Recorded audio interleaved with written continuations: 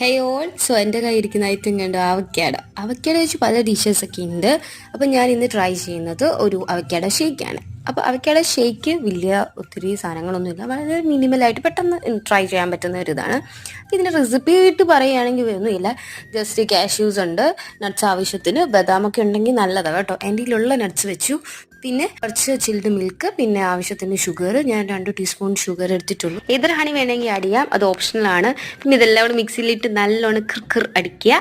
തേജു ബേബിയൊക്കെ ഉണ്ട്. നേരത്തെ ആണെങ്കിൽ ഇതിന്റെ സൗണ്ട് കേൾക്കുമ്പോഴേ ഒരു പേടി വരും. ഇപ്പൊ പിന്നെ അതൊക്കെ മാറി, ഇപ്പൊ ആള് വലുതാവുകയാണല്ലോ, അപ്പൊ ഇപ്പൊ മനസ്സിലായി വരുന്നുണ്ട്. ഓക്കെ, ദ ടേസ്റ്റിംഗ് ടൈം ആണല്ലോ.